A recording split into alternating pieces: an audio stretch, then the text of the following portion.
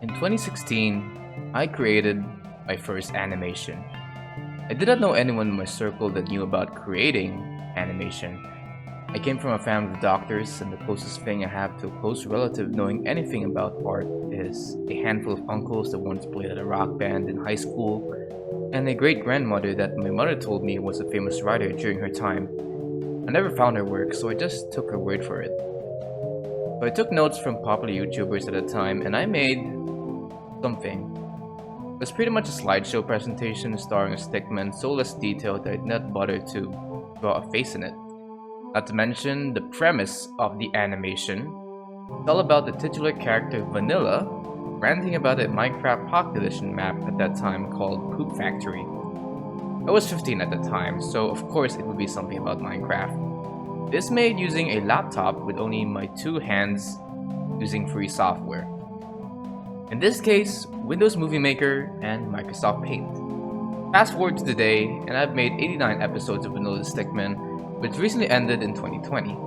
Then I moved into studying Blender, which eventually led me to make bite-sized, toon-shaded artwork starring minimal movement via rigs and shape keys. When I got comfortable with making 3D models, I made 9 proper animated shorts, 8 of which are 3D animations, but my most recent work is made using 2D animation in 3D environments.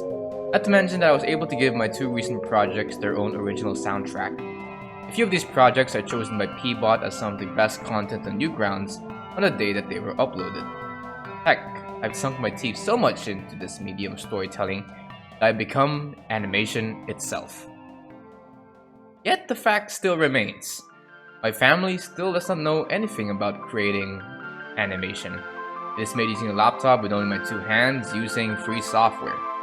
So now the question remains, how the fuck did I get here?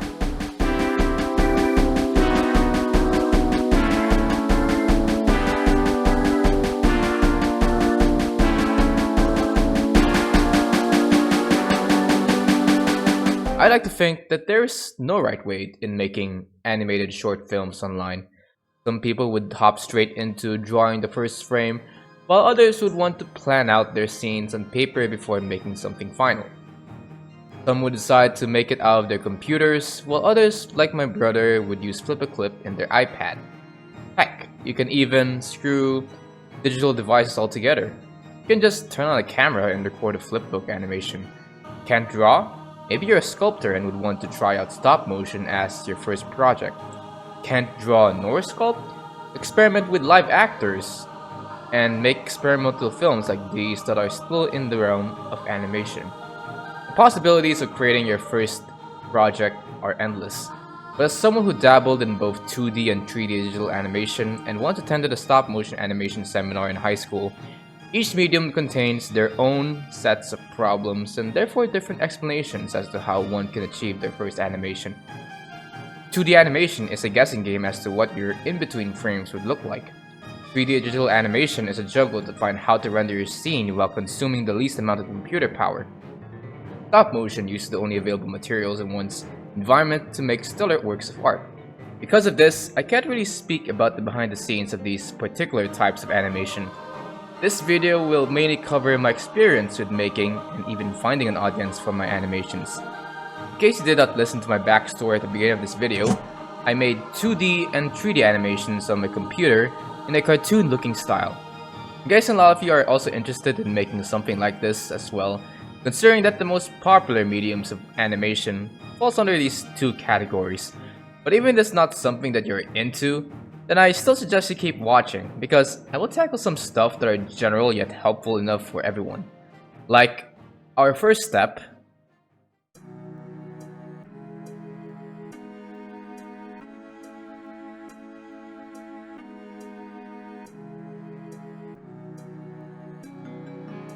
Ever since the beginning, I always had a Word document opened up and took the time to write a draft for my films. It was just a thing I did because before I used the pen to make cartoon wizards and stickman critics, I wanted to become a writer. So even if I'm not writing novels or submitting short stories to some obscure publication, I still believe that a good story is the core of every piece of entertainment I released. Then I moved on to making Cupcake Goes for a Picnic, A relatively short animation I did that only lasted 45 seconds long. The main story is just that a cupcake with arms and legs walks up to a picnic and she gets accidentally eaten by a human. There was no reason for me to write because the story can fit into one sentence. That's the point. It's a very simple film that's less than a minute long. I didn't run into any problems.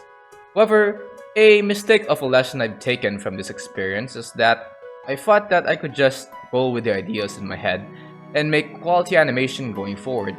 So when Don't Touch Grass was in production, things got problematic.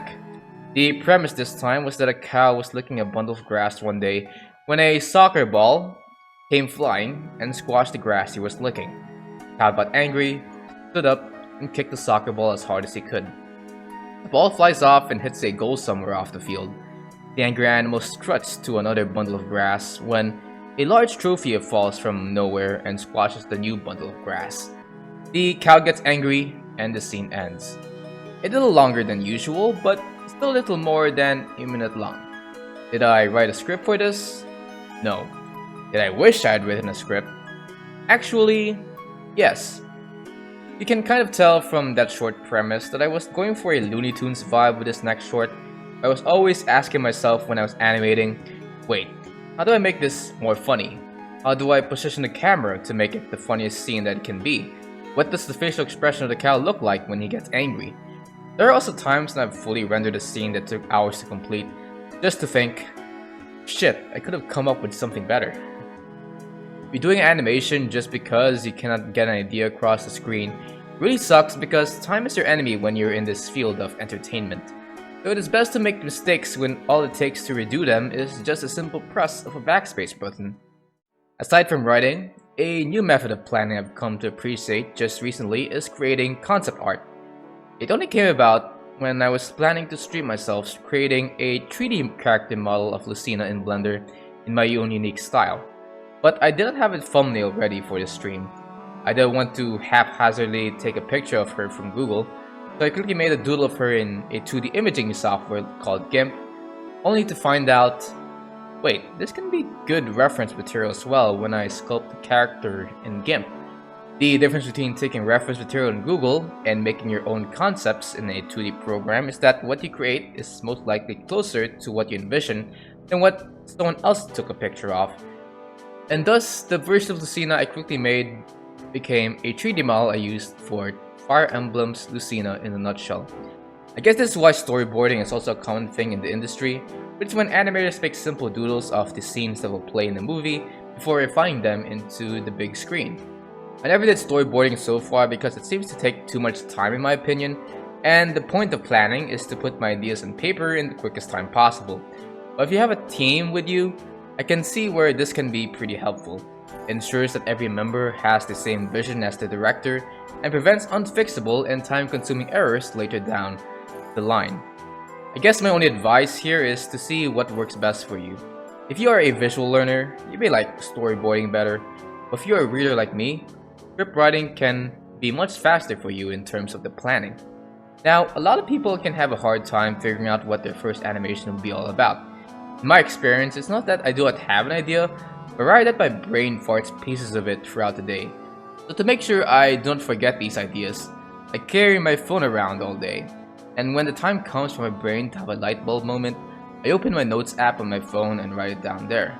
Here's what my list looks like on my phone so far. You can see that it looks hella cluttered and somewhat incomplete since ideas come at a point when I'm super busy during the day, but at least they do not get forgotten.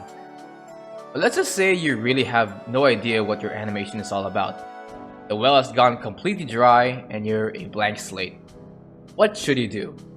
Well, if you were someone like me from last year, I would make parodies of already existing works.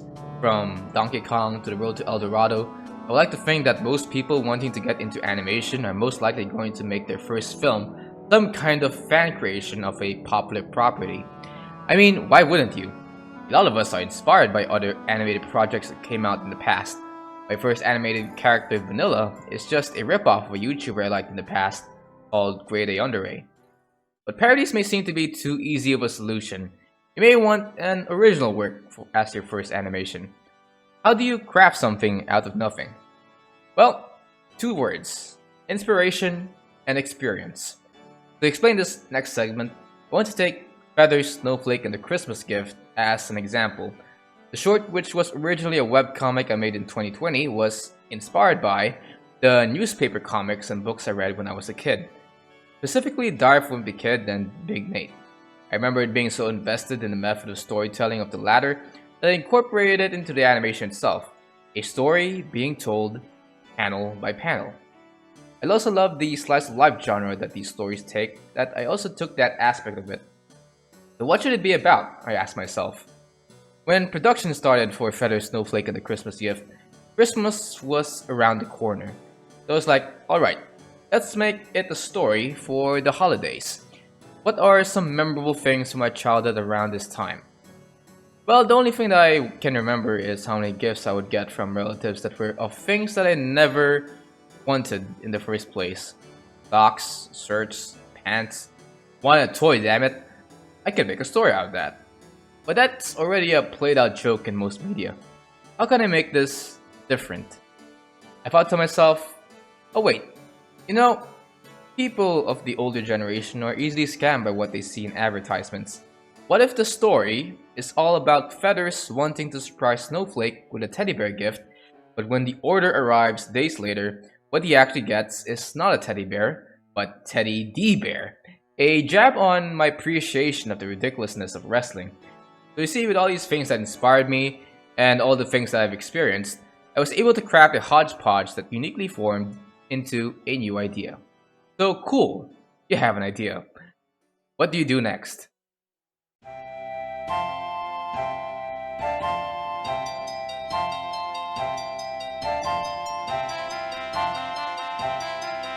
Alright, it is time to make your characters and the environment that they will inhabit. This is where my 2D and 3D methods of creation will deviate. So let's start with what I'm popularly known for, making 3D models and settings. As I said earlier, I like to draw my characters first before modeling it in a software like Blender. Backing out design decisions in Blender is much more of a hassle than just using the erase tool in GIMP. So it is best to draft a concept in a 2D art program and furnish the fine details in Blender. The lot of 3D animation you see online mostly consists of shaders that try to simulate real life, and it's surprisingly easy to create using a few nodes. If you don't know, in Blender, shaders are created using nodes that's like coding but more beginner friendly. You can link a few different nodes together to create different effects. Here are just a few renders I made in my first year using Blender. However, I came to realize that if I manipulate some of these shaders around, I can get a look that is more cartoonish than realistic. Which brings us to toon shaders. Yep, a lot of you have always requested me to show my toon shader setup. So let me say this, creating a basic one on your own is surprisingly easy to make. A basic toon shader setup would consist of 5 essential nodes. A base shader that will gather light information, a math node set to multiply that controls the amount of light and dark colors, a color ramp that can easily manipulate the transition between the light and dark areas of your model, a mixed color node that changes the color ramp values in the colors you like. You can plug in an image texture for more dynamic control of the colors, and an emission shader. This is just the bare minimum of the shaders I use for my projects. To make sure you guys are satisfied, here are the shaders I use for the characters in the Great AI Debate. Donkey Kong's fur in Donkey Kong's newest rival, and the buildings from the scene in Feather Snowflake and the Christmas Gift. Since this is 3D, you should also be concerned with the rig of your character, since you'll be moving all of these joints around. During my earlier works, I mainly create the bones, parent it to the mesh, and call it a day. But in the most recent venture with 3D characters, I finally added inverse kinematics to the limbs of my characters. I will let this old Blender video explain how to set this up, which you can visit via the Word document below. 2D characters are much more basic to design, but it comes at a cost of animating every single frame that they are in. This is the reason why my earlier attempts at 2D were slideshow presentations at most, and why it took me quite a while to finally make a proper film with 2D drawings involved. Here's a quick tip for animators out there. Make your designs simple ones that you can draw multiple times without any hassle. My fly character from Candlewick only consisted of 2 spheres and an oval. Couple that with a black and white design, and we've already sped up the coloring process. Then off I go to making the 3D environments in Blender. It's actually a more frustrating step than I would have imagined when starting to learn animation, because you start to realize that a scene with so many assets would only be used to make a few shots in the film. My recent work, Candlewick, had a motorcycle that I modeled for half an hour. It wasn't anything substantial to the story, it's just something to add to the design of the outside of a bar. You know how many shots contain this motorcycle? One. It's ridiculous.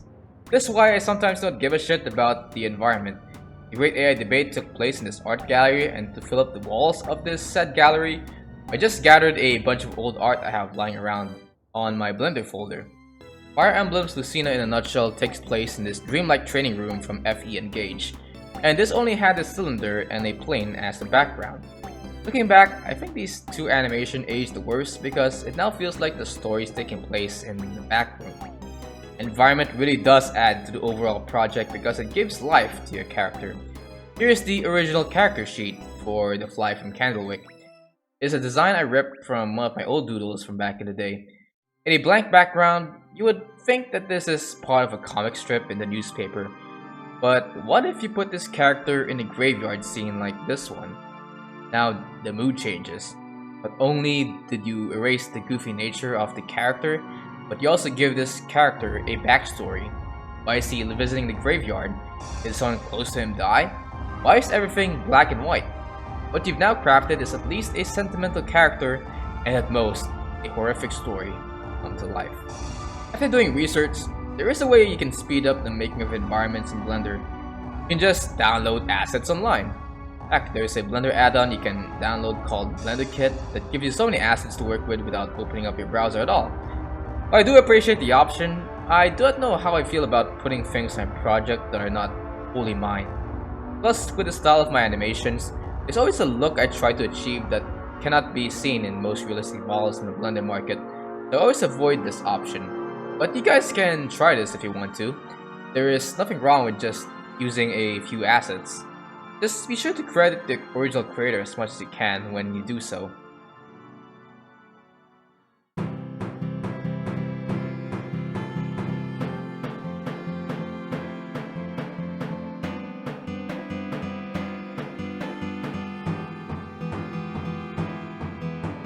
Surprisingly, me animating in 2D and 3D is much more similar than I would have expected it to be.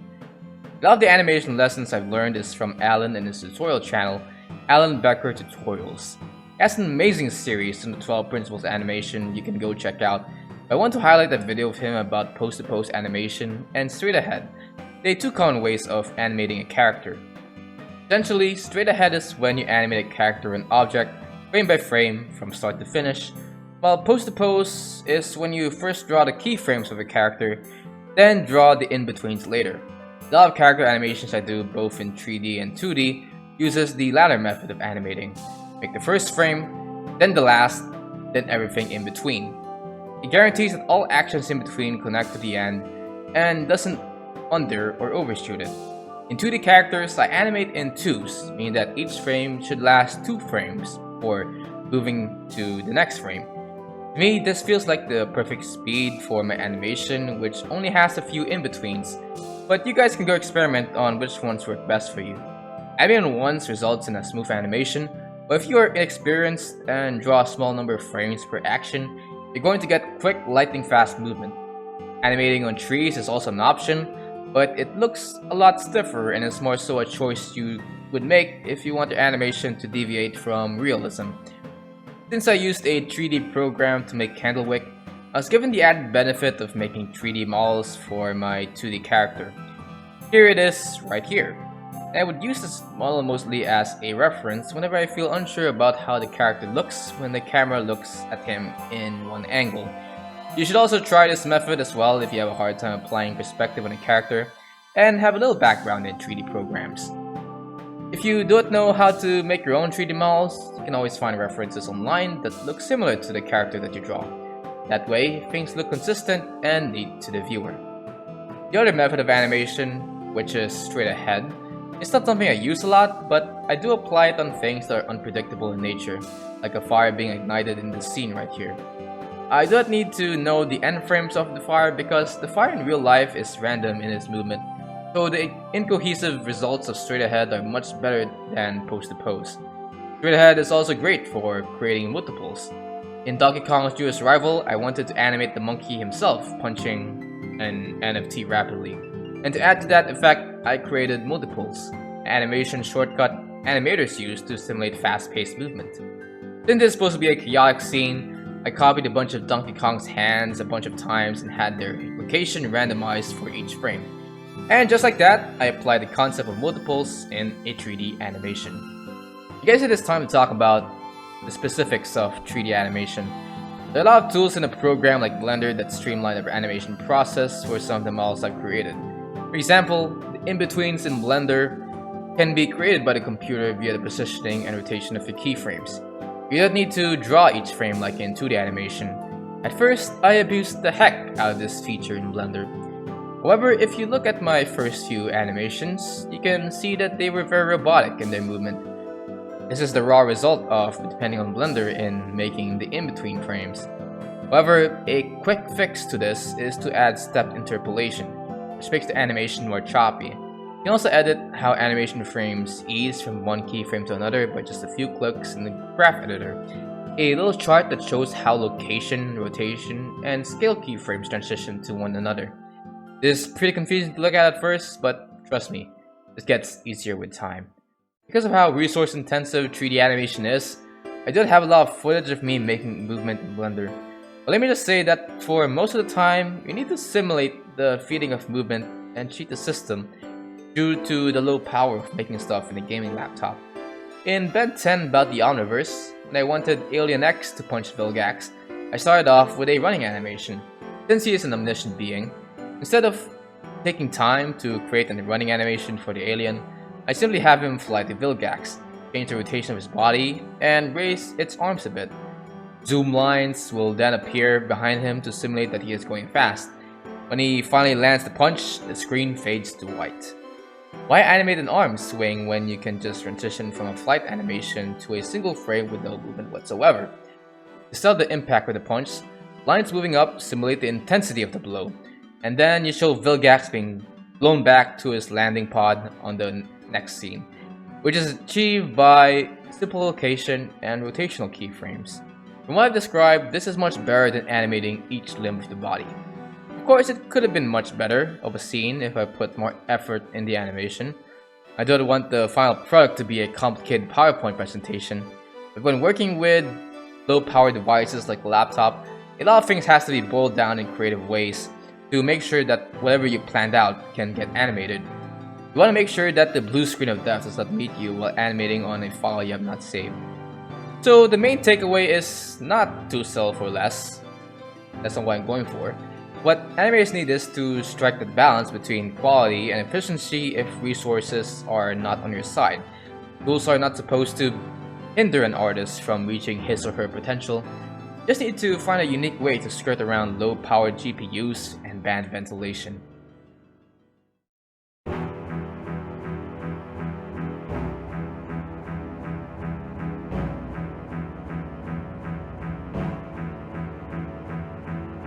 This part of production is something I've taken for granted for the longest time and had only recently explored and tested on the late part of last year.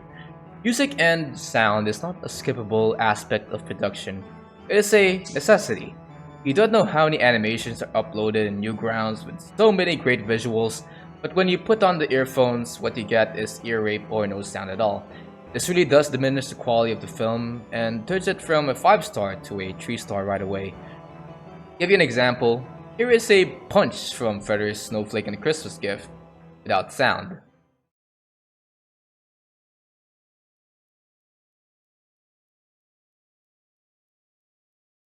Now here is the same clip but with an added gunshot sound effect to accompany the impact of the punch.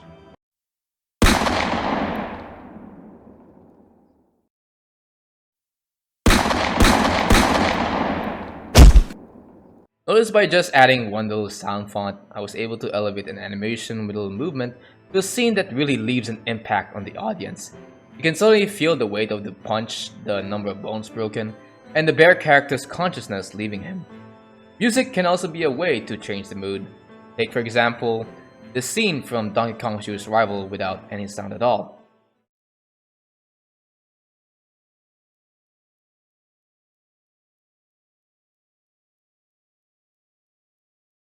Okay, something about the scene feels disjointed. Why is there a bored ape NFT in the jungle?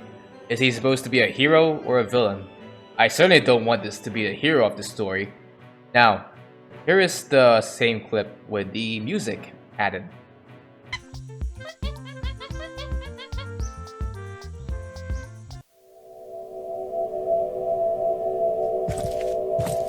From this scene alone, we get a sudden tonal shift. From a joyous jungle feel to a sudden rise in conflict as an NFT looms in the background. The music grounds us in the animation's reality and adds to how ridiculous the scene really is. So yeah, choosing sound can give a very stiff scene some life. In the great AI debate, I added some voice acting of myself, which gave the characters more life than ever before. Voice actors are something I would need to consider in the future because the great AI debate feels more alive than any animation I did in the past in my opinion. Luckily for me, I know a place where I can find people like that. Newgrounds is a website with a big animation community filled with not only animators but music producers and voice actors and actresses. A lot of people here are very helpful. In fact, they are so helpful that I even got in contact with the founder of the site himself, Tom Fulp, on a problem I had while uploading an animation slideshow on their site. And you know what's funny? It's the video I had a problem with is about it's about me talking about YouTube. God damn. God, why was I not banned from this site by now? But he's not the only helpful person there. A few voice actors have messaged me there asking if they would want me to hire them for VA work. And one even gave me a sweet offer of getting him to voice act for free. I haven't accepted any applications yet, not because they are bad or anything, but I never really had anyone else involved in the project before, especially from people you don't know if they're willing to dedicate time and effort into a Ben 10 fan animation. But the helpful thing that I notice when they submit applications is that they usually come with a demo reel. Those new to voice acting, a demo reel is just a showcase of a voice actor's range and history working with people. It's a very helpful reference for animators to see how professional their voice sounds and whether or not they're using a cheap Xbox microphone. Here's from a person named Jake VA, who once reached out to me on Newgrounds. You backstabbing traitor! I fought for you! Good men died for you! I'll kill you! I'll kill you! The fuck do you mean, blow them up? What do you want me to do, pull a rocket launcher out of my ass? Because if that's the case, you should have asked sooner. Eat shit, fuckers! Yeah! Good luck catching us now! I'll send you a postcard! You're doing great. Just around this corner. Oh, and you might want to brace yourself. Ta-da! Not quite the warm body you were expecting, huh? A lot of Newgrounds voice actors like him either reply to you on your inbox or are lurking in the forum somewhere. So if you're interested, go check out the site. Speaking of Newgrounds, I might as well tell you that a lot of internet animators and content creators got their start here. People like E-Raptor, Draw Jazza, and OniNG. And while it isn't the powerhouse it once was in the early 2000s, a lot of recent trends came from the site like Friday Night Funkin', the SpongeBob collab from a few years ago, James Lee, and Sir Pello, the man behind Spooky Month. Oh, and let's not forget Gooseworks, the person behind the most popular cartoon pilot at this point in time, The Amazing Digital Circus. This is because Newgrounds built itself a community of indie creators that's not really dependent on any algorithm to recommend them content. So if you want to have the most eyes on your content, YouTube may be good for the long run, but for the time being, Newgrounds brings the most attention to even the smallest of creators. I guess you can go for TikTok too, but do you really want to animate in a vertical format? Back to music. Or I only get my BGM through the YouTube audio library. The content I get there is not that bad. A lot of these music are bops on their own, but I quickly noticed the disadvantages behind relying on third-party music to fill the silent void in my animations. I am allowed to use these music on YouTube, but as soon as I upload them to my other social media handles like Facebook, The algorithm would automatically silence the sound because rights don't extend beyond Google's boundaries. There are also times when the music choices does not quite fit the mood you're going for in a particular project. So what do you do when you run out of options? Well, you create one yourself. When the idea of me and myself making music came to mind, I thought there would be a large barrier of entry to overcome. And then after doing research, I found easy to access and learn type of program that producers use to make music. The Digital Audio Workstation, or DAW for short, is a program that you may have already seen before.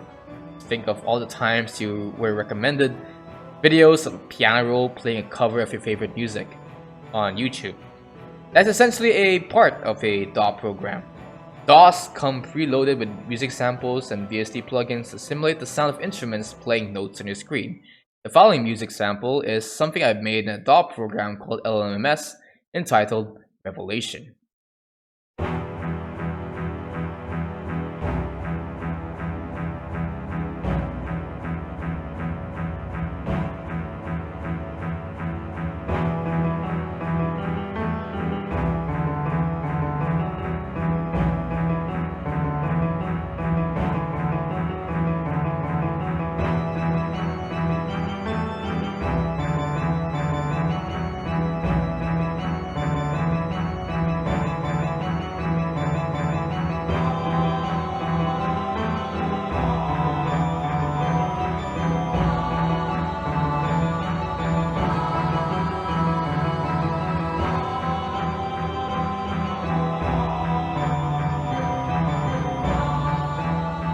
A lot of this still requires you to learn a little bit about music theory. It's why I will talk more about my journey in making my first cinematic soundtrack in another video. But it essentially skipped the need for me to hire musicians or learn any instrument aside from a piano and maybe a few drums. Once that's complete, you compile all the video and sound files into a video editor like DaVinci Resolve, upload it to any social media account of your choosing, and you're done. You're done. What the heck happens next? In the internet, there is no guarantee that what you make will reach a wide audience. This is especially true for animators which upload less content than the usual YouTube vlogger or influencer. It's definitely not a field you should be in if you're only here for popularity or clout. This is a medium that strives in passion and love from the hands that create it. If your animation gets rejected or ignored, don't blame yourself for not being good enough. Best thing to do is to keep on moving forward. I sure did multiple times. And you know what I found? No matter if my animations get thousands of views or no views at all, you're never going to be satisfied. You'll always wish you could have done better. But it's only when you look back and face the stickman from your past, remember why you did it in the first place, go through all the work that took you up to this point, and see the canvas that you recently drew on, that you finally feel something more than satisfaction. Excitement. Excitement for where this next chapter of this roller coaster of a medium will take you. And every time you complete the new work from then on, you cannot help but utter, "Damn, how the fuck did I get here?" Now go read a book.